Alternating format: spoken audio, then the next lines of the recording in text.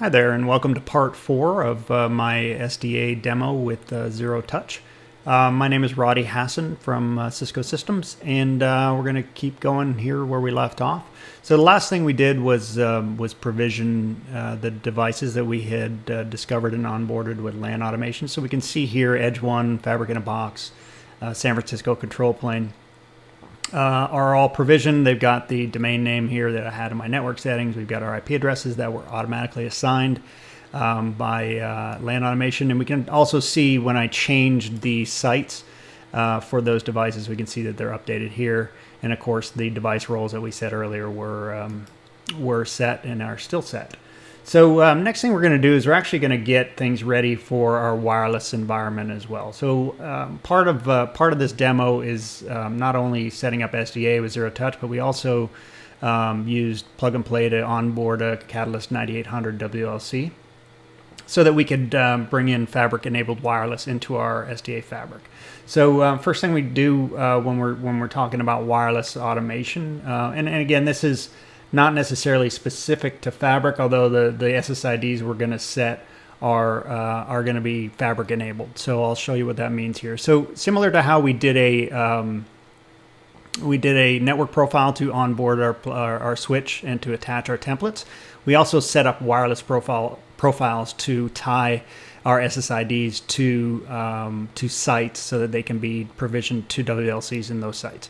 So for wireless, we're going to go into design and network settings again, and just click over here to wireless, and we can see here we've got a lot of options. We can set up enterprise wireless, guest wireless, and then wireless interfaces. So wireless interfaces are when you are doing non-fabric wireless, right? So traditional, either centralized or any other kind of wireless that isn't fabric enabled, you would use a wireless interface so that the WLC could have an interface to route or bridge the wireless traffic out of. But for fabric enabled, everything is locally switched. Wireless traffic and wired traffic is essentially treated the same, and it's actually switched on the fabric edge node. So first thing we're going to do is we're going to set up a couple of SSIDs. We're going to set up one for enterprise, so we're just going to click add here beside enterprise wireless, and we're going to give it a name. So in my case, I want to try to keep it as unique as possible. We're going to call this one Dev Campus. So this is going to be our wireless SSID for our campus users, or just our general employees. And there's a lot of options we can set here. I'm not going to really mess with any of them. I generally enable fast lane, but there's no good way to demo what that actually does. But you can see here we've got some other wireless parameters. We've got some wireless security things. We can set up different authentication mechanisms, and then even some advanced settings that have some other wireless goodies in here to mess with. So I'm just going to keep it simple, just create this SSID, and then we're going to click next. And then like I mentioned, we also need to create a wireless profile. And a wireless profile, again, will tie the SSIDs that we set up to our sites. So any SSIDs are assigned to a wireless profile, and then sites are also associated with wireless profiles. And then any access points or WLCs that are provisioned for that site will automatically get those SSIDs configured on them. So here again, we're just going to call this Bay Area SSIDs. In this case, we are going to have fabric-enabled wireless. I'm not going to mess with over-the-top wireless or centralized wireless in this demo, but you could set up a profile, you'd set up a profile and you could have a mix of both SDA fabric-enabled SSIDs and non-fabric-enabled SSIDs. So in this case, we are going to use fabric-enabled SSIDs. There are some other settings here we can mess with. I'm not going to get into that. We're going to pick our sites again.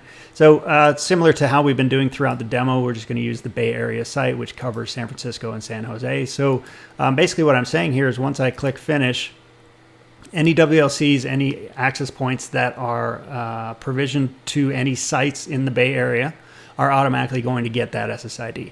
So that's our enterprise wireless SSID.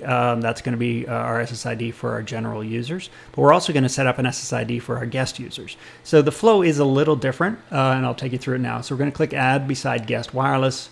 We're going to give it another name, right? This is the SSID name, or the name that you would see on your iPhone or your tablet or your laptop if you're connecting. So we're going to just call this dev guest. Level of security, so this is a guest SSID, so I don't necessarily want to have extra security. I mean, you could, depending on your security policies and how tightly you wanted to control the guest network. But in general, this is just users that are guests in your office or on the street if you're running in a public area that want to be able to connect to the internet, but you don't want them obviously connecting to your corporate network and accessing servers or being able to talk to servers. So in this case, we're going to leave our security open, L3 security and L2 security. And then the next section here is actually where you pick your authentication server. So while you could leave it wide open and anybody just could connect to it with no password and be on the internet, a lot of companies, most companies in fact, will actually have a portal.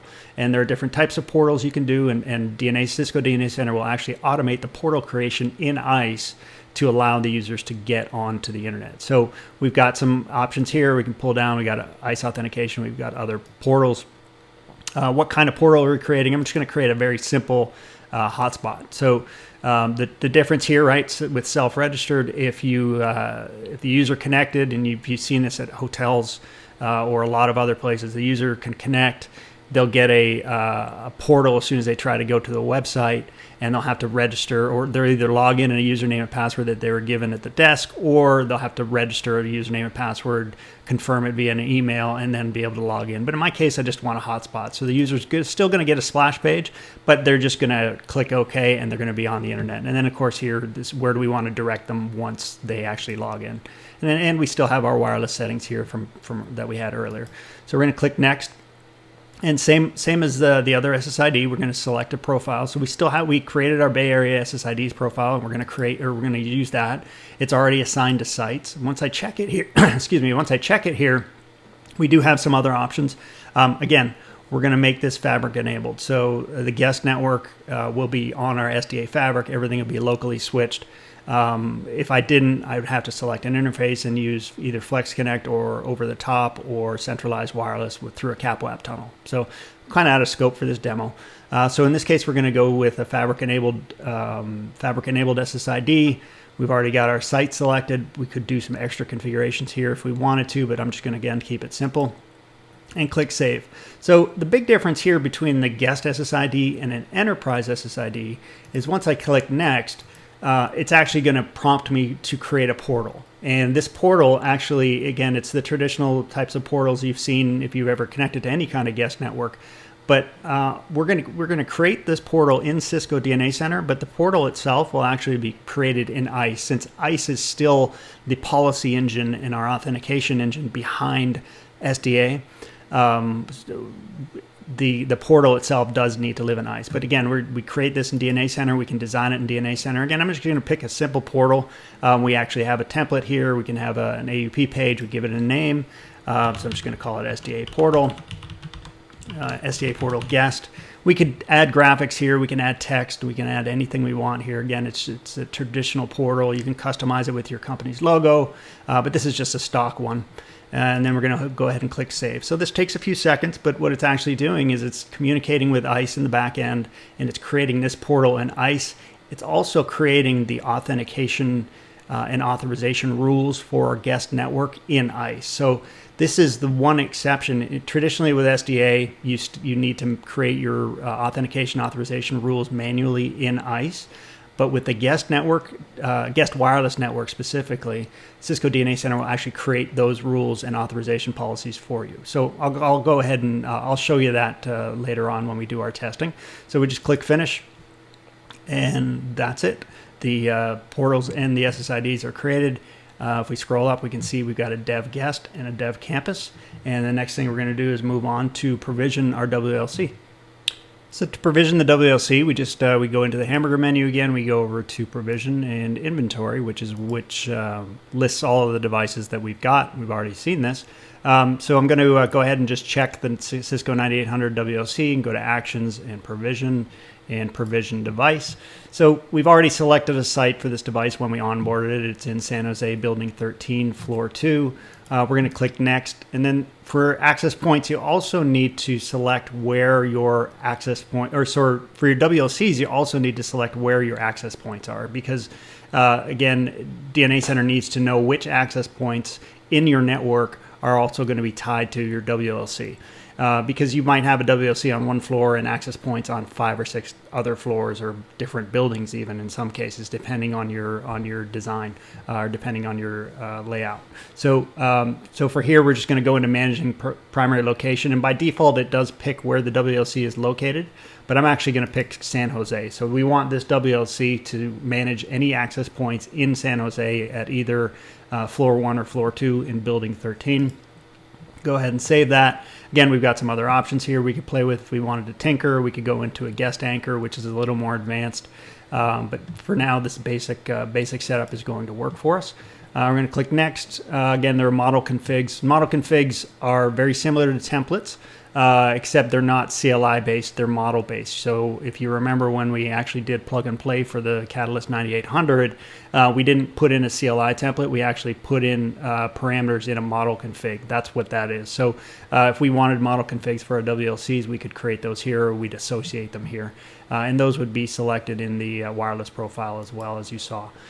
So next, we don't have any templates either for this WLC.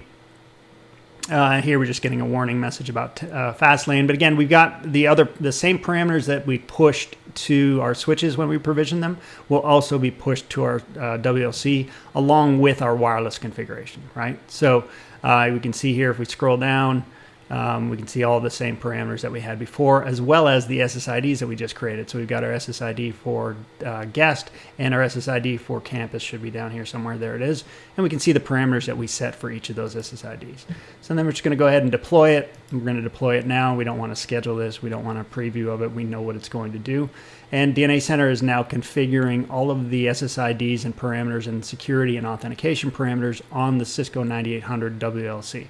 So while we're waiting for that to complete, I am going to take you over to ICE just to show you what DNAC actually pushed to ICE. So if we go into ICE and we go into work centers and policy elements, we're going to see the portal that we created. It's under results and authorization profiles. We actually see this here, SDA portal guest. This is the guest portal that we created when we created the guest SSID. And I mentioned that gets pushed from DNA Center into ICE, and we can see DNA generated authorization profile. The other thing that actually gets pushed are our policy sets, or our rules. And I'm not an ICE expert, so I can kind of explain it at a high level, but a lot of folks that do work with ICE understand this stuff intuitively. But if we go into our policy sets and our authorization policy, we can see here DNA Center has actually created 2 guest policies for guest wireless in ICE. And what they're doing here is we're using MAB to onboard the device, and we're going to push the portal, and then once so all traffic is going to be redirected to the portal. So you open a web browser, you go to any URL or any IP address, your traffic's automatically going to be redirected to a guest portal. Once you click OK or accept, and I'll show you that when we actually test this, you'll get into this next rule, which gives you permit access. So that's what lets you onto the network. So by now our WLC is provisioned. We can see here everything looks good, everything looks okay. And next we're going to actually get into segmentation and creating the actual fabric itself, along with some border automation. So thanks for watching, and we'll talk to you in the next video.